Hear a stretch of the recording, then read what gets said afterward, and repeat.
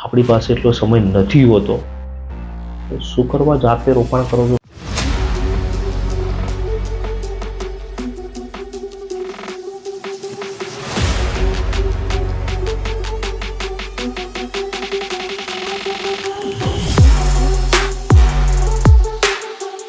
જય સ્વામિનારાયણ. રવિવારની સવાર રવિભાઈની યુટ્યુબ ચેનલ આપ સૌનું હાર્દિક સ્વાગત કરું છું.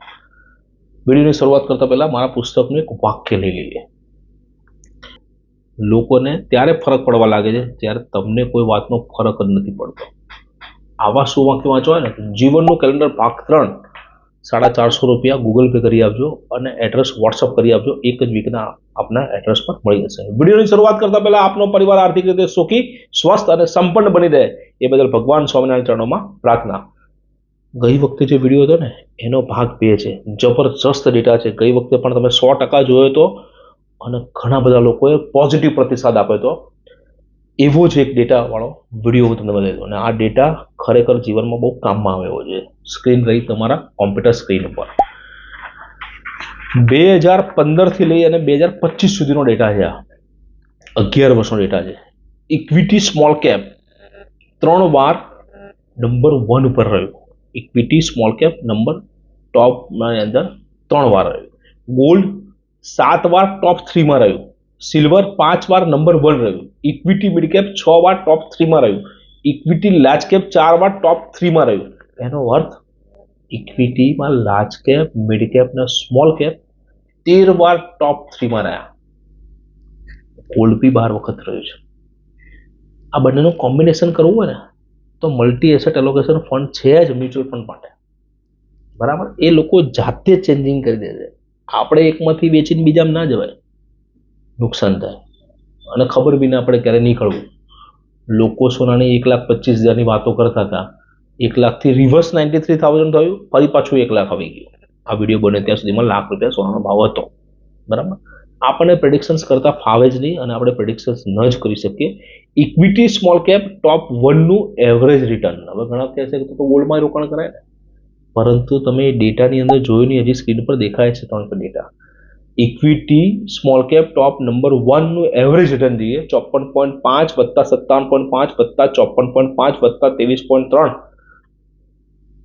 બરાબર કરો લે 189.8 આવે ને, ભાગાકાર 4 વડે કરો લે 47.5% રિટર્ન ઇક્વિટીએ જનરેટ કરેલું છે.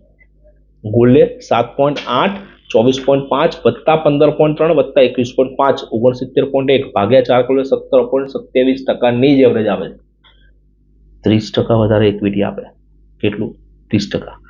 એનો અર્થ એવું થાય મ્યુચ્યુઅલ ફંડ સહી है. મ્યુચ્યુઅલ ફંડમાં એસઆઈપી કરો. સપનો કો સ્કીપ નહીં, એસઆઈપી કરે. શેર બજારની લાલચમાં ના આવો. મ્યુચ્યુઅલ ફંડમાં લમસમમાં રોકાણ કરજો, નહીં તો જાતે એનાલિસિસ કરશો થાકી જાઓ. બીજો એક ચાર્ટ આપણે જોઈ લઈએ. લાંબા ગાળે ઇક્વિટી જ સારું વળતર આપી શકે છે. આ ચાર્ટ ઉપરથી તમને ખબર પડી ગઈ હશે. બરાબર, હવે જે બીજો ચાર્ટ છે ને, હવે બીજો ચાર્ટ તમને બતાવો, જે ઇન્ડાઇસિસનો ચાર્ટ છે કે જેની અંદર આપણા સ્ક્રીન ઉપર દેખાય છે. આલ્ફા ઇન્ડેક્સ 11 વર્ષની અંદર ટોપ 3 માં 6 વાર રહ્યો. મોમેન્ટમ ઇન્ડેક્સ 11 વર્ષમાં ટોપ 3 માં 6 વાર રહ્યો. એક ખાસ નોટ કરવા જેવી વાત છે. વેલ્યુ ઇન્ડેક્સ ટોપ 3 માં 7 વાર અને 7 વાર બોટમમાં 4 વાર રહ્યું. પડી ખબર? ના પડી. એનો મતલબ કે વેલ્યુ ઇન્ડેક્સ અને વેલ્યુ સ્ટોક ખૂબ જ વોલેટાઇલ હોય છે. આનો ઇન્ડેક્સ પર રોકાણ કરવા માટે ખૂબ એનાલિસિસ કરવું પડે છે. આ બધા ઇન્ડેક્સની અંદર તમારે ચેક કરવું હોય કયા ઇન્ડેક્સમાં કયું સ્ટોક આવે છે, બહુ બધું એનાલિસિસ કરવું પડે. આટલું બધું એનાલિસિસ કર્યા પછી પણ આપણે ફેરફાર નથી કરી શકતા. એ સ્ક્રીન ઉપર જો આલ્ફા ઇન્ડેક્સ 2015માં દેખાય છે નંબર 1 ઉપર, 2016માં છેલ્લા નંબર પર જતો રહ્યો. તમે ત્યાં નીકળ્યા, ફરી પાછો 2017 ઉપર જતો રહ્યો. તમે ત્યાં પાછા રોકાણ કર્યું, ફરી પાછો 2018માં નીચે જતો રહ્યો. આવી રીતે સાપ સીડીની રમતો આવે. નાના હતા ત્યારે સાપ સીડી રમતા હતા ને, સાપ સીડીમાં એવું થતું હતું કે ભાઈ 38 નંબરની સીડી 83 નંબર પર પહોંચાડી દે, પણ પાછો 92 નંબર પર એક સાપ હોય, પાછો તમને 16 નંબર પર લાવી દે. બરાબર, નાના હતા ને ત્યારે એ રમતો એટલા માટે જ રમાડવામાં આવતી હતી કે મોટા થઈને એક જ્ઞાન યાદ રહે, પણ આપણે ભૂલી જઈએ. ફરી વખત નાના બાળકો જોડે સાપસીડી રમજો એટલે તમને ખબર પડે કે કેટલું જોખમ રહેલું છે. આવી ગયું સ્ક્રીન પર? ઓકે. 11 વર્ષમાં ટોપ 3 ની અંદર 7 વાર મેટલ ઇન્ડેક્સ રહ્યો, 5 વાર રિયલ એસ્ટેટનો ઇન્ડેક્સ રહ્યો, 5 વાર બેંકનો ઇન્ડેક્સ રહ્યો. દર વર્ષે અલગ અલગ સેક્ટર ચાલે છે અને અલગ અલગ સેક્ટરમાં અલગ અલગ કંપનીઓ ચાલે. બે સેક્ટર 2015માં નંબર 1 ઉપર હતું, એ 2016માં 9મા નંબર પર જતું રહ્યું, 2017માં રિયલ એસ્ટેટ નંબર 1 ઉપર હતું, 2018માં 9મા નંબર પર જતું રહ્યું. આવી રીતે રોટેટ થાય. સાપ સીડીની ગેમ યાદ કરી લેજો. કેટલું મેનેજ કરશો, કેટલું રિસર્ચ કરશો, કેટલું ધ્યાન રાખશો, કેટલું ટેન્શન લેશો, કેટલું ગુમાવશો. ઘણું બધું કહી જાય છે આપણા ચાર્ટ. બહુ એનાલિસિસ કરીને આ લોકો પેપરવાળા બનાવતા હોય છે ચાર્ટ. આપણી પાસે એટલો સમય નથી હોતો. તો શું કરવા જાતે રોકાણ કરો છો? શું કરવા ડાયરેક્ટ રોકાણ કરો છો? મ્યુચ્યુઅલ ફંડ છે જ તમારી પાસે.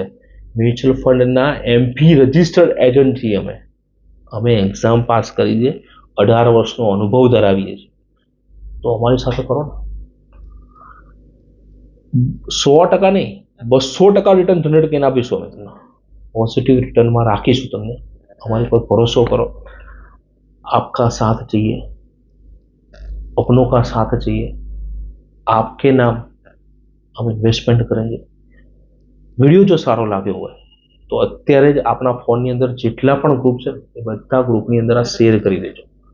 કોમેન્ટ કરવાનું ભૂલતા નહીં અને લાઈક કરજો અને ચેનલને સબસ્ક્રાઇબ કરવાની પાકી રહી જતી હોય તો સબસ્ક્રાઇબનું બટન પણ દબાવી દેજો.